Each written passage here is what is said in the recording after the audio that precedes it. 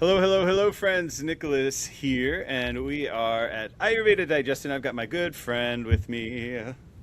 Bridge, it's me. Hello. As if it dramatically is going to be somebody different sometime. It might be, but not today. How are Not you? today. I'm doing good. Actually not so good. I did not sleep well last night, and I neither did my 1 year old. So there's that. I'm going off of like a couple hours here. But here we Fumes. are. Right? Here we Every day is are. different, right? Like, I don't think that there ever is going to be a day that we're like, everything was perfect every day, all day long for a month. No. No, and I'm an honest person. I have to answer honestly. I'm good. Wait, no, that was a lie. Very It's a little bit, tired. it's a little bit more nuanced than my initial response. We'll go with that. Yeah. All right, so my friends, this is a special episode. This is the Lunar New Year. As you may have noticed, we post on the full and the new moons, not because of anything special about them, but we really believe in being in tune with the cycles of nature, and that's one of the great ways that we can do that.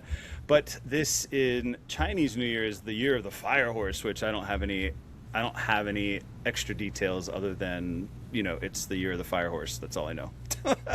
But in India, we're in Shivaratri, which is the 9 nights of the Devas, right? So there's a lot of different celebrations for the different ones. That one happens twice a year, and I think it might be Shivaratri and Navaratri. Now, I will acknowledge my ignorance. So if you know better, friends who are listening, please correct me and let us know. But I'm pretty sure we are in Shivaratri, and it's a celebration that does catty corner 2 times in the year. So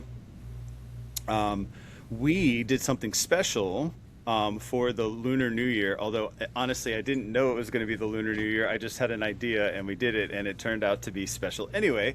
But my good friend Bridge posted on her social media for people to ask questions about things that they're dealing with, so that we can answer live on air those questions that were submitted to us.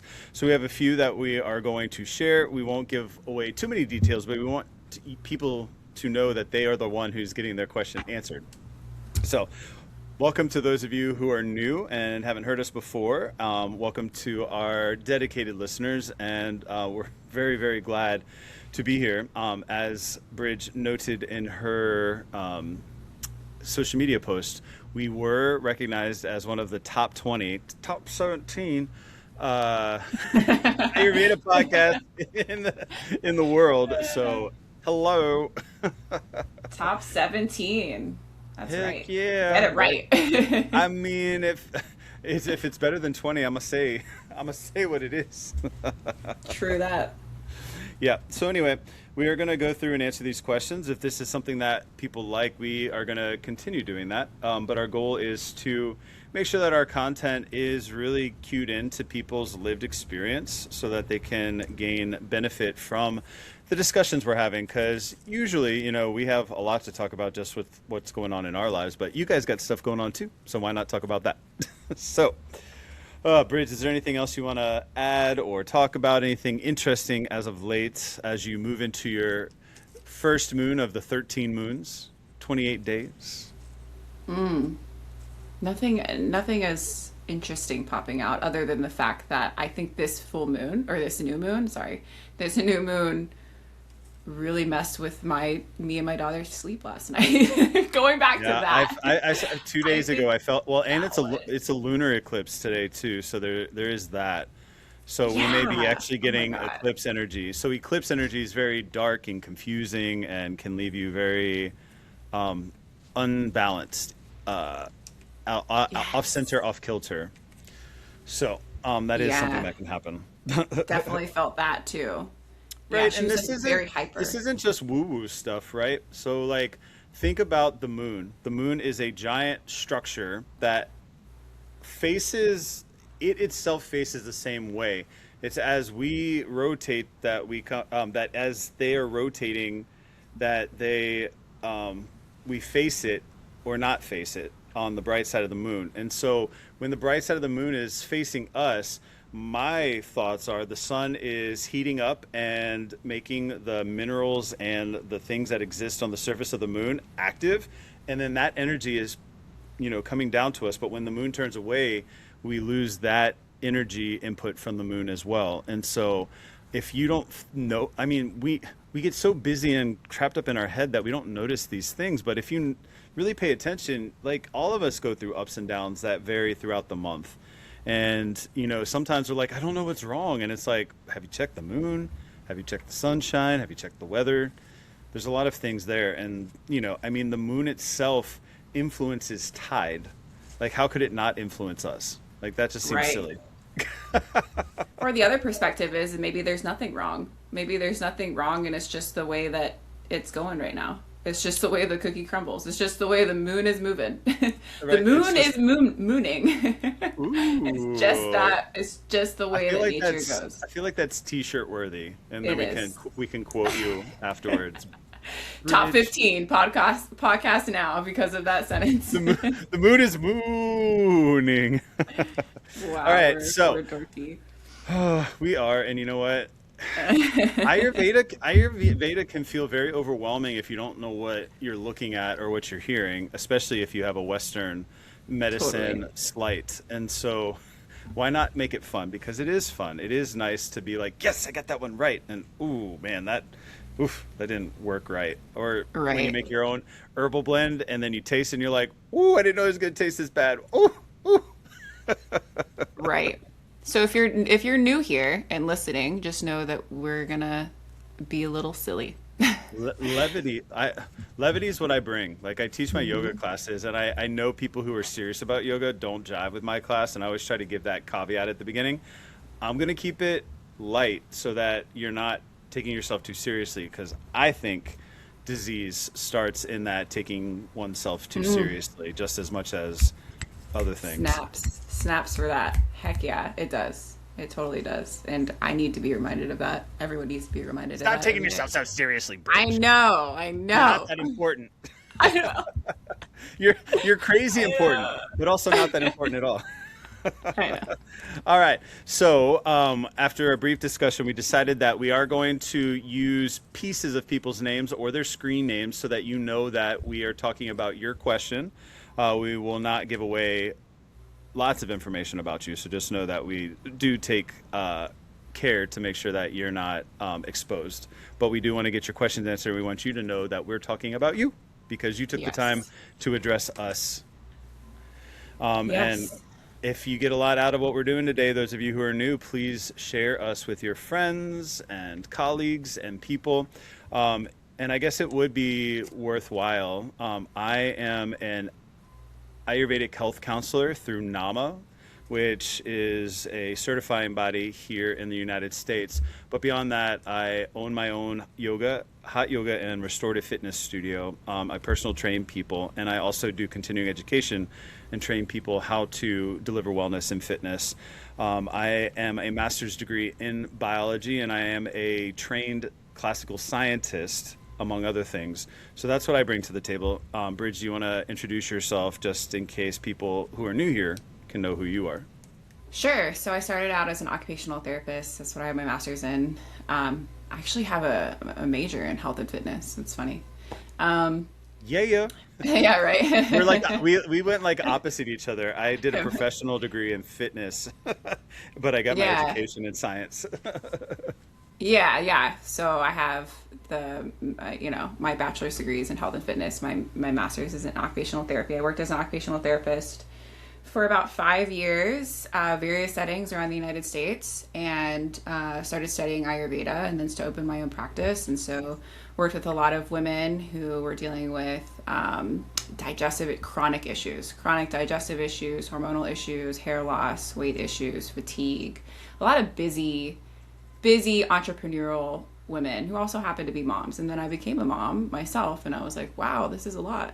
So Wow, this is as hard as it looks like on them. wow. So now I have courses on how to boost gut health and immunity for mothers and for their children, especially with there being so much daycare illnesses and kids sick all the time. That shouldn't be like that. And mothers who are depleted and overwhelmed and tired and having poor gut health themselves, so the whole family can get better. And then I also have, cleanses that I run as well. And I also take one-on-one clients still as well, just at a lower caseload because I am busy. So, I mean, she's got to record with me twice a month, just saying. That really tips the scales. Oh, yeah. I do take private clients and things of that nature, but I opened a brick and mortar here locally in Greensboro, North Carolina. So if you find yourself in North Carolina, especially Greensboro, please seek me out. Diva Wellness is the name of my business. But I do more in-person stuff rather than distance as a practice. So, Nice. all right. What do you have from our Let's get into it. questions? Yeah. All right. So Tracy wants to know about postpartum and hormonal chaos. Well, I can take it from the Ayurvedic health counselor perspective really quickly, right? Go for it. So the pregnancy is a very intense period of growth and development for you and another being. And so the things that postpartum can really help, especially in the beginning, is getting nourishment back into the body and then consistent routines daily to help you stay regulated as you are thrust into a new experience in life, because caring for a baby outside of you is a lot more different than the baby being nourished intuitively by the body on its own. So I don't have much else other than that. I've watched my sister go through it, and I've watched other friends like Bridge go through it. So as a male, I would love to hear the female perspective, especially from an Ayurvedic. For sure. There's the Ayurvedic perspective that's like book knowledge in terms of like, okay, it's a Vata time of life. Vata can be very depleting. It's full of air and ether. And explain why it's a Vata time of life. Well, because there's a lot of reasons. There's many, many reasons. Number one is breastfeeding. And so that's very depleting because you're actually giving something away. You're giving away your ojas. You're giving away, ojas is your vitality, your immunity, your ability to withstand stress and disease and your strength. So you're giving that to the child. And so, and it's also your lymphatic tissue too. So part of your lymphatic tissue is going to the child, and that has a lot to do with your gut health and immunity as well. And your skin too. So there's that's very depleting because you're just giving. There's just typical modern lifestyles right now because it's, back in the day we used to have a village, and I am a millennial mom and we don't have that anymore. At least I don't have that. And I know many other people who don't have that. It's just not the norm as much as it was before. And so it's just all on us to care for the child, and it really does take a village. And so that plays a huge role on our nervous system, and our nervous system governs the hormones. And so when that is depleted, then you're going to definitely have a difficult time regulating hormones. And I see this all the time in my practice. There's always some sort of stress involvement there, and nervous system involvement, because it's all going through the pituitary gland in the brainstem. That's right. That's your nervous system. So these are things that need to be addressed for proper hormonal balance. And so that's why it's always going to come down to diet and lifestyle. Lifestyle is one of those things that I feel like a lot of people leave out, and they're like, oh, walnuts are great for hormonal balance. Saffron's great for hormonal balance. Ashwagandha is great for calming the nerves and hormonal balance. And shatavari, that's another great herb that's great for hormonal balance. It's like, okay, well, these are all great things, but if you're not addressing your lifestyle, right, exactly. If you're not addressing your lifestyle, then you're not going to get anywhere. It's diet and lifestyle. And herbs too. Herbs can be supportive, but you need all three. Food is foundational. Food is number one. You have to have diet and lifestyle first, food and proper lifestyle. And I mean like calming, doing things that actually calm your nervous system. Like I have this 10-minute morning that I just released for free to people, especially people who are just busy, just to like calm their mind first thing in the morning. So if you want that, I guess we can put that in the show notes. But yeah, just send it to me. Yeah, for sure. Yeah. So we have to pay attention to that. Well, and Yeah. another thing, as far as the Vata time of life, there is the actual gestation, which is Kuffic, and you are growing and building. And I mean, women have the greatest hair and skin that they're going to have as they're developing the baby, right? Like the hormonal things are really pushing people towards that. But then when the baby leaves, you now have this empty space in the body, which is a Vata type condition. And so all of a Right. sudden, you now have this space that has to heal back up and go back to its normal function. And so that takes a lot of energy in and of itself. But it itself is Vata deranged. Even though it is a natural process, you go from this full abdominal cavity to completely empty, and that's traumatic on the body. It's a And lot of so, change. There's a lot of change really quickly in a split second, and our modern lifestyle without a village is just expected to just heal on right up, go on exactly. right back to work, get to sleep, whatever, and then you don't have any. That's the other thing. You don't have any sleep, and so when you get less sleep, because you're taking care of a newborn, you're taking care of a child like me. I have less sleep, right? Just from last night because of the new moon. Thanks, moon. Thanks, dude. I'm just gonna blame it on the moon. But when you have less sleep, that increases the lightness in your body, and so when you have extra lightness in your body, Vata is part of that as well, because Vata is air and ether. So your Vata becomes very high. Vata will cause hormonal fluctuations and a lot of variability within the body.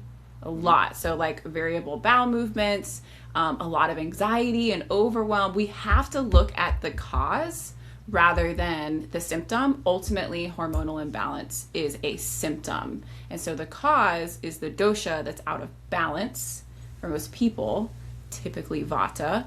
Although when I went through postpartum insomnia, definitely Pitta. Pitta was on fire then. And my nervous system was on fire, and again it comes back down to the nervous system.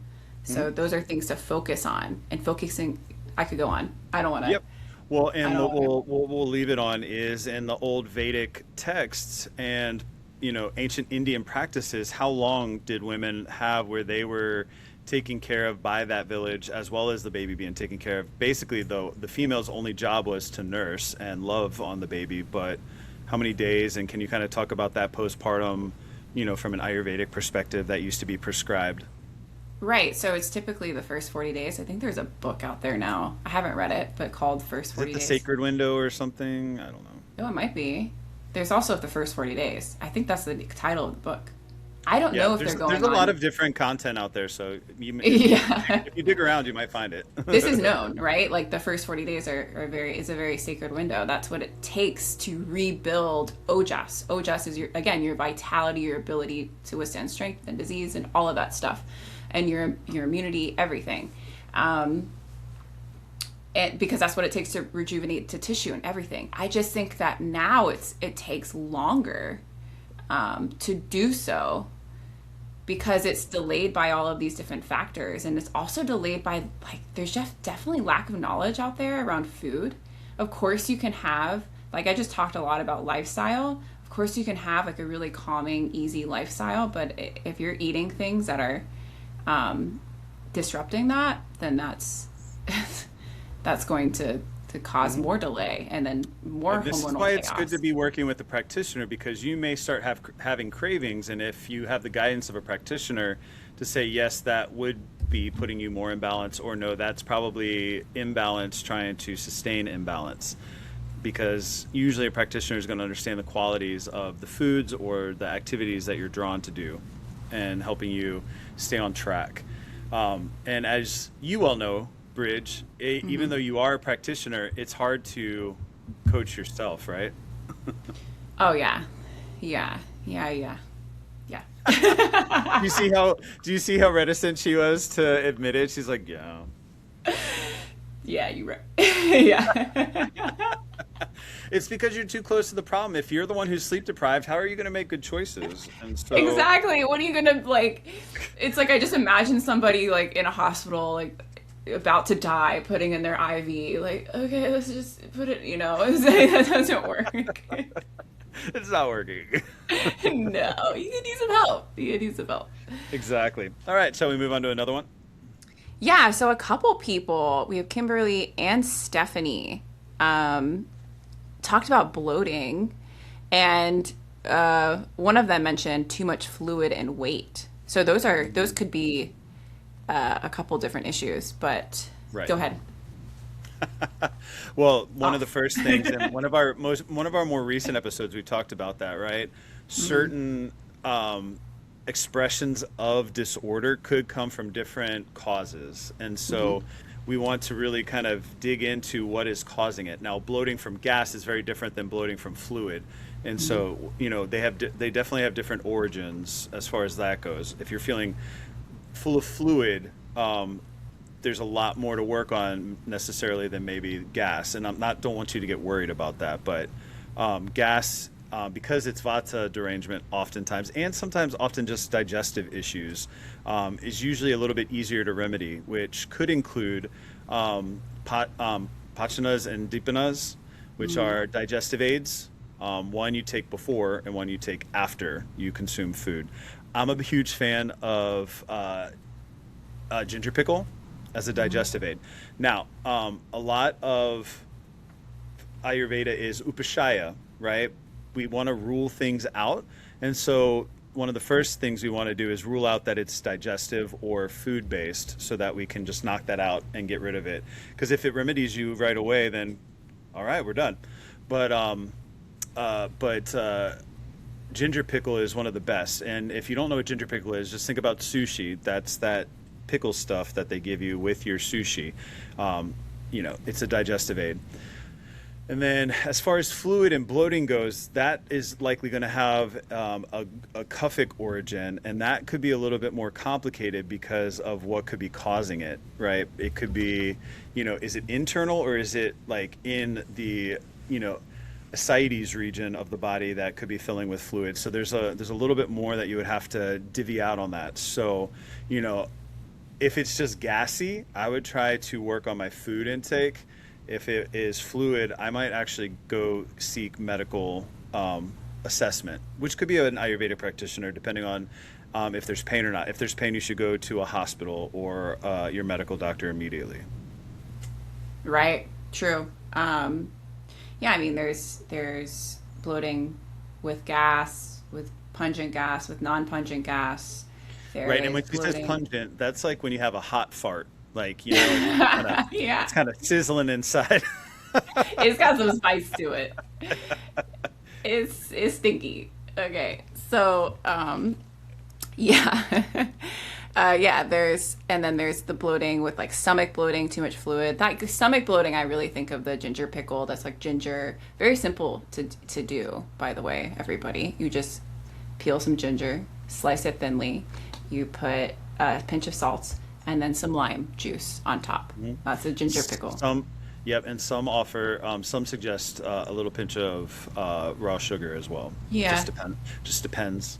It can be spicy, right? So like for the people with the spicy bloating, that one's not going to work for you because you have too much heat in the body. And I actually think I see a lot of the times people who have like that pungent gas, it usually says to me that there is some fermentation going on in the stomach.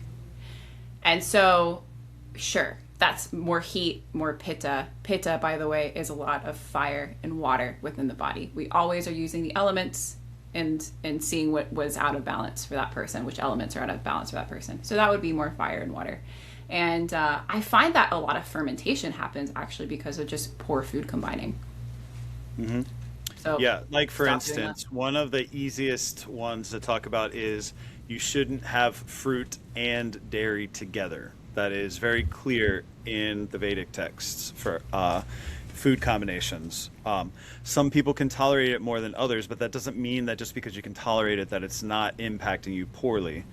Now, I do believe that people with different genetic backgrounds may react differently. It is helpful to remember sometimes that Ayurveda came out of India, and so it's your tolerance and your overall wellness level, right?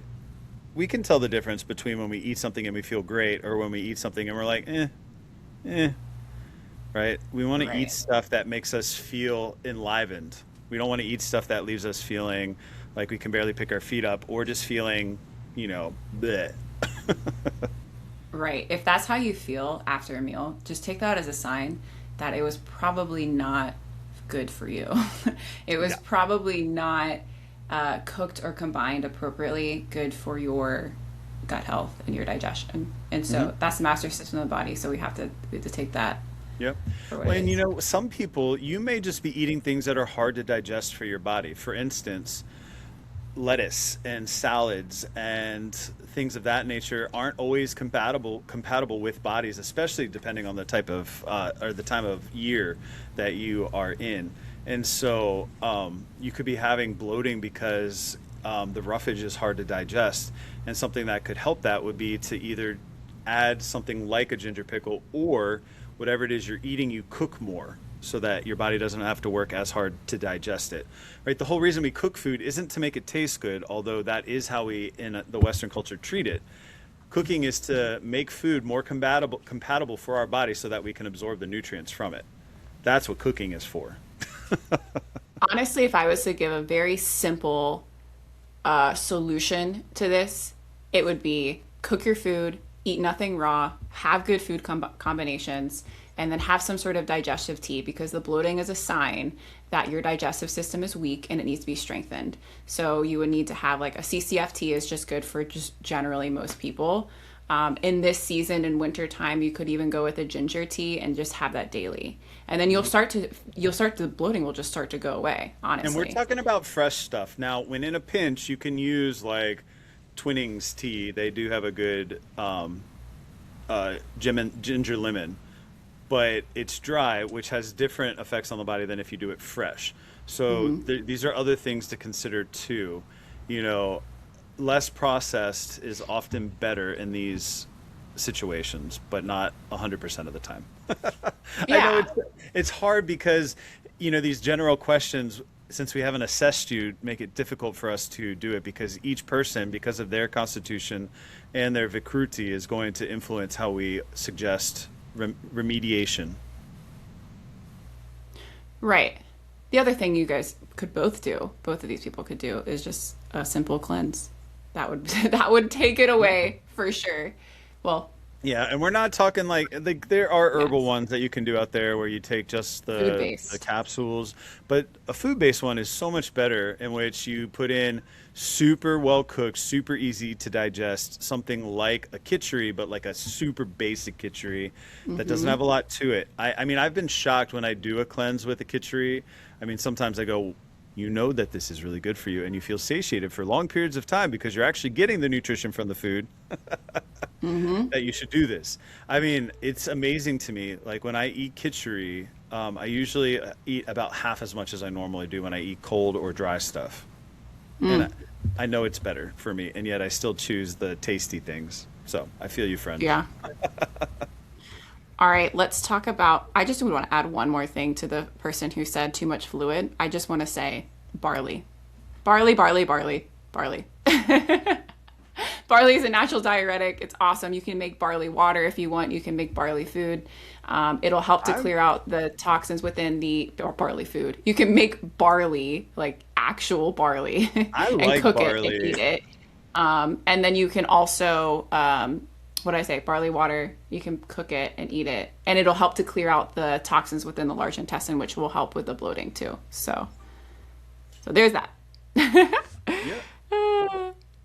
And I would say Um, I would say most people bloating is like one of the most common issues that people come with. oh, for sure, for sure, bloating. This is another common one. Let's do another common one. There's so many. I want to do all of them. Um, We have another episode later this month, so. we'll do this one. Let's see. We do have another episode coming later this month. So if we don't get to yours, just know that we will at some point. Um, let's do this one because I think it's interesting. Insulin resistance. What to do Who's it about? from? Oh, Anushar. Insulin resistance. What to do to reduce insulin levels? Well,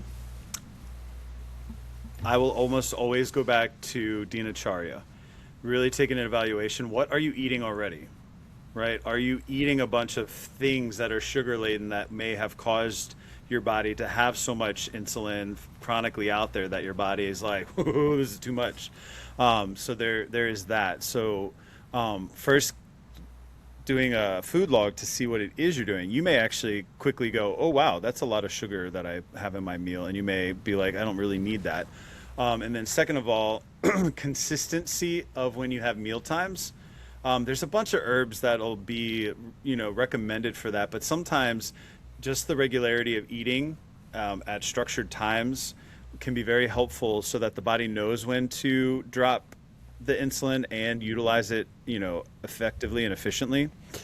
And then I would say, you know, assessing your family's medical history. Is it diabetes, for instance, or is it insulin resistance? Really trying to suss out what you may be experiencing as something very ephemeral, or if it's something that you should be concerned about in the long run. True. Honestly, the simplest things work here the most. So, to echo what you said, definitely food for sure. Having the right food specific for your imbalance, because there could be a number of reasons why that you're having issues with insulin. And so figuring out what the dosha, the dominant dosha is paramount. So eating the food that pacifies that dosha. Dinacharya. So dinacharya, think of it like a daily guide, because insulin, is a hormone. So again, that goes back to the nervous system, and just having stability throughout your day promotes stability within your nervous system, which promotes stability within your hormones. And so you have to have that stability within your day. Like breakfast at this time, lunch at this time. Here's a consistent morning routine. Here's a consistent nighttime routine. Dinner is this. So your body knows what to expect. It has some anchors throughout the day. Stress can play a big role. I've definitely noticed this. Huge. Like with my clients.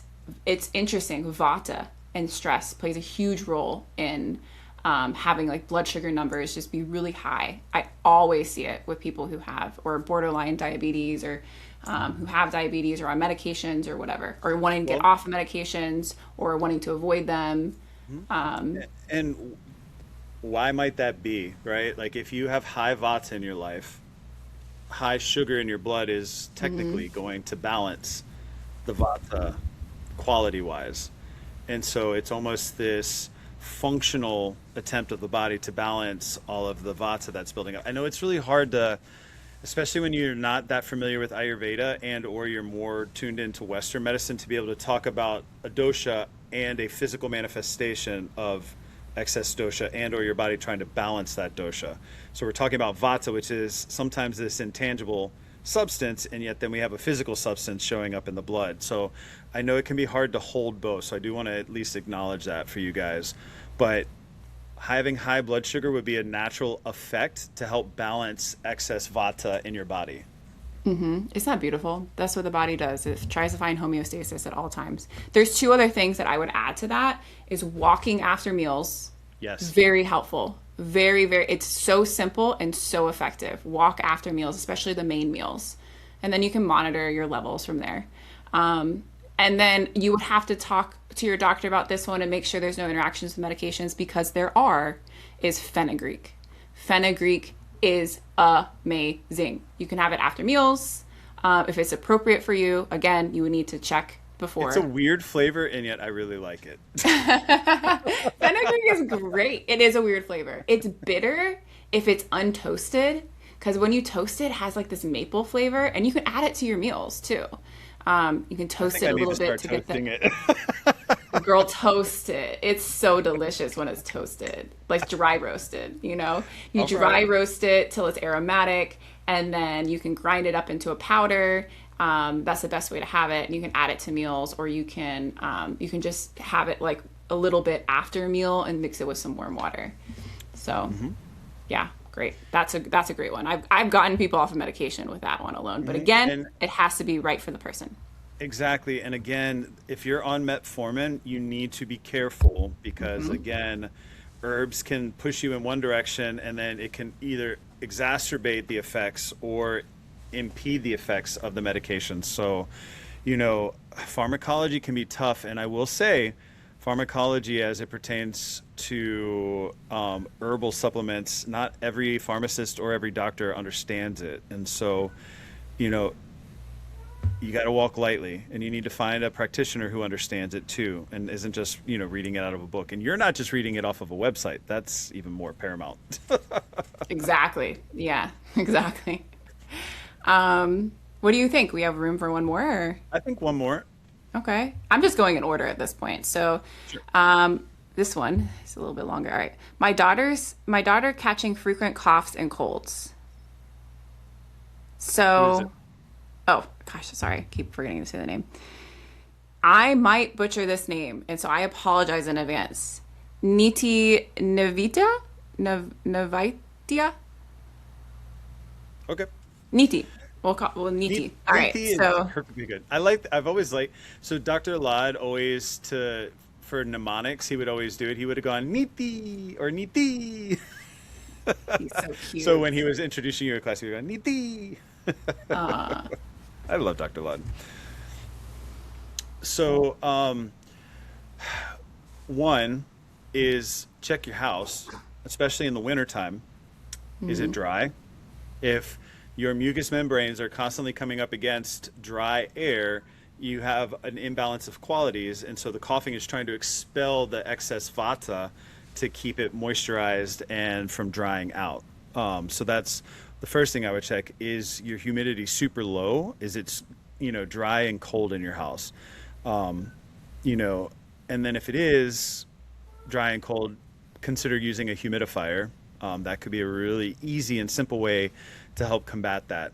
Now, if it's, snotty and kind of, either virus or potentially bacterial, that has something to do with the ojas of your child, and it's the ability to fight off things that are there. And so I would focus on nourishment more so than anything else to make sure that they have the robust immune system to take care of things. And of course, with children, they're getting exposed to a ton of stuff. So age matters. Younger kids are going to get more things, but as they're developing their immune system, they should get faster over time with the way they recover from things, as long as their immune system is robust.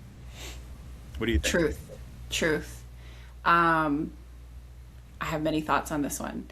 So, I have an entire course about this, actually. um, Of course you do. of It's course, I really have a course. good. I mean, right? It's like, it's not this impossible thing that you just have to accept. Like, oh, kids are going to get chickenpox, or oh, they're going to get this, so whatever, right? Like, there are lots of things you can do to help lessen and make sure that it's not as big a deal as it could be. Right. I mean, look, like your kids, they're going to get sick, right? Like my daughter, she has a little bit of the sniffles right now, but I know that we're going to get rid of it very quickly and it's going to be fine because I know what to do. And that's the power of it. Like when you know what to do and you know how to prevent them and you know how to lessen their severity and their duration and their frequency, then that is what you want, because that can ultimately mean that you're not having emergency situations, you're not stressed out, or you're taking one day off of work instead of 5 days off of work. And I think that that is huge for a parent. So number one, again, I'm just going to go back to what we were saying before, food combining. I think so much can be avoided with proper food combining, and it's very simple things, like very simple tweaks that you can do and how you're cooking and combining things. It doesn't mean that you have to have some sort of like high maintenance recipe or exclude every little thing in the book, right? Like I Double, speak double, toil and trouble. Double bird. right? Exactly. Like we're doing some sort of, I don't even know, but I talk to people all the time and they're like, I don't know what's going on. I excluded dairy, I excluded gluten, I excluded eggs. I am doing something low All these FODMAP. nourishing foods. I know, right? And I'm like, okay, so you just eliminated a bunch of things. That's all you did. You did nothing to strengthen digestion. Because that's where the problem really is if digestion is weak and if it's weakened by improper food combining, then you're going to have a problem and your immunity will be not as robust as it should be. And then you're definitely going to experience, your kids are going to experience more frequent coughs and colds and everything. But I eat so clean, but you don't understand. You don't understand what clean eating really is. You understand the Western notion of clean eating, which is just eliminating a bunch of things and going on some sort of 90-day protocol. That's one size fits all. But what is that? I was in a yoga class the other day and somebody was like, it's probably just dairy. And I was like, that's way too simplified. Yeah. And it's like, it's not even that it's simplified. It's that it's just eliminated. You're just eliminating something. You're not really healing. You're just taking things away. Well, And I know, then, and you really need to be careful too, because sometimes eliminating things from the diet can create sensitivities in poor directions for people. Like, I don't know how many people who eliminated, I don't know, gluten or something, and then all of a sudden their body actually did develop a sensitivity to it, whereas before it wasn't really a problem. right. Like if we're making, I was talking to a mom and she was like, yeah, the kids are sick all the time and I just feel so tired myself and I'm like bloated all the time and I just want a flat stomach and a clear mind and I just don't want my kids to be sick all the time. Okay, great. So what are you eating? Well, I like don't have any energy. So I'm making like these sausage balls that the kids really like and they're easy to make. Those And so sound I'm like, amazing, and I love those. But those yeah, are something that I eat at Christmas time, knowing that this is terrible for me. right. So then I'm like, okay, so what's in them? I'm just curious, like what's in those sausage balls? All right, so eggs, sausage, cheese, and then that's it. You just put it all into the onions, and then you just put that all into a ball. Then you bake them, and then they're good to go. And I was like, all right, so we're gonna fix that. You can still have your sausage balls. Don't get me wrong, but we're gonna make them so that they're more digestible because eggs, meat, and cheese is a horrible food combination. And so many people do that all the time with their little egg cups in the morning, right? I'm Kuffa. I can get away with it most of the time. Well, it's so heavy. It's heavy, Yeah. heavy, heavy. It's so heavy. But they're like, oh, but it's so healthy. It's so much protein. Or look at me. I just had so much protein because I had Greek yogurt and some berries and I gave that to my child in the morning. But they're sick all the time and I don't know, maybe it's the dairy. So I'll just switch to a dairy-free yogurt. And then we'll put the berries with it too. Oh my God, but they're still sick and the inflammation is still going on. And then, Okay, maybe it's the gluten. So maybe it's the gluten. So maybe I'll just like cut out all the gluten. And the poor food combining still continues. And so you're having this cold, wet yogurt with fruit, which you're not supposed to do anyways, because fruit does not combine well with other foods and it's cold and wet. It's Instead, meant to be a little sugary snack that your body goes. That's what right. it's supposed to be. Right, exactly. You should have fruit as a snack alone by itself. And instead, you could take that dairy yogurt that you think is so bad, right? Take that dairy yogurt, and of course, as long as it's good quality, not some sort of Yoplait yogurt. I'm not talking about that. I'm Look, talking about. y'all know in your home countries, the one that tastes really good and is super sugary, that's probably not the one we're talking about. No, I'm talking about plain organic yogurt. So you take that, you take a couple spoonfuls, you water it down a little bit to thin out the mucus forming properties. You add a tiny little pinch of cardamom because cardamom helps to digest dairy and break it down a little bit. And You or can add a cinnamon. little, or cinnamon, and or both. You could do both if you wanted to. I would do both. Yeah, and maybe like a little bit of a sweetener if you wanted, maybe some honey or maybe some maple syrup if you wanted to that, and then do that instead of just that is what I'm talking about with like food combining and Yeah. preparing Well, things in an appropriate way. before I forget about it, are we supposed to boil honey? Oh no, Can we put honey in hot tea? You can once it's cooled down enough so that you can drink it. Because what is a surefire way to get toxic metabolic waste in the body? That is considered a poison in Ayurveda. So when you heat honey, and people do this all the time too, they're like, oh my God, I made this gingerbread cake and it's so healthy because it has honey as the sweetener. Cool. You just made poison. And that's how Ayurveda sees it because it oxidizes. And it instantly there's there's a saying in the, I'm like blanking on the word, but there's a saying in the Traxamhita how it kills tissues. Not that it weakens tissues. No, it actually kills tissues because it oxidizes, it becomes rancid, and it increases free radicals within the body. Exactly. Antioxidants are what we're always trying to get, and pure honey, unheated, is an antioxidant. But then when you heat it, it becomes the problem. Right. Exactly. And so you might be doing that. Yeah. Like you may have just for years put honey into your freshly boiled tea, and you may have been, making yourself sick or diminishing your robustness by drinking that. Like there's simple things that we may be doing that nobody told you or nobody knew. Right.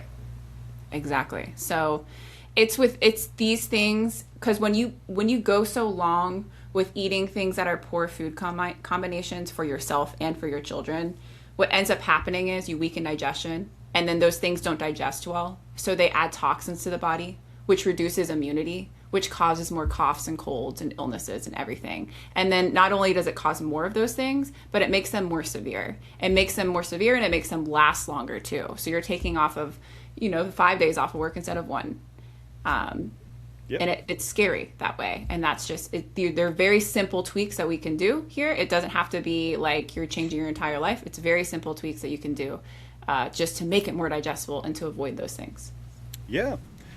So again, this isn't medical advice, and we want you to know that honestly, these are very generic suggestions based on the wording of the questions, and that if you have any desire to go deeper or to explore you personally, you can reach out to me and or Bridge to delve into it from a practitioner point of view rather than just these generic answers, because it is hard, because each person is so unique as to what caused it and what their constitution is. And so to, blanket statement can be confusing. And so we would love to offer that to you guys as well. But I hope you enjoyed this. Make sure you leave a comment or a reaction to let us know what you thought. And we'll get to some new ones next time on our full moon episode. And man, this was fun, Bridge. I enjoyed it. This was fun. Maybe we'll cover some of the other ones because I'm getting a lot of them. We'll cover some of the other ones on the next one too.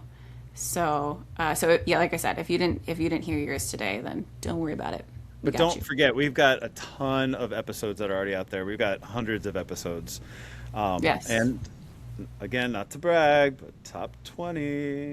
Here we go. All right, friends, this is Nicholas. And Bridge. And at Ayurveda Digested, we break it down. Bye.